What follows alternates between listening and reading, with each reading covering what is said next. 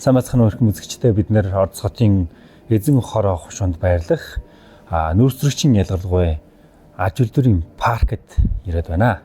За энэ паркийн үйлдвэрлэж байгаа ветерануудтай танилцах гэж байна. За энэ ер нь Орос хот бол уурхай олонтой тийм ээ. Нүүрс зөөвөрлөх ийм ажлууд бол маш олон байдаг. Сүүлийн үед бол нүүрсийг том ачааны машинаа дизель машинуудыг бол ветеран болгож өөрчилсөн энэ жишээнүүд бол маш олон байгаа. Энэ бол тийм ээ 49 тонн нүүрсийг ачаалж явах юм том аврын ачааны машин. Энийг бол 2 тонны хүндтэй ийм батраагаар сүүлийн үед ажиллаж байгаа юм байна. Энэ бол энэ батраа бол ер нь 150-аас 200 км аялах ийм чадамжтай байгаа юм байна.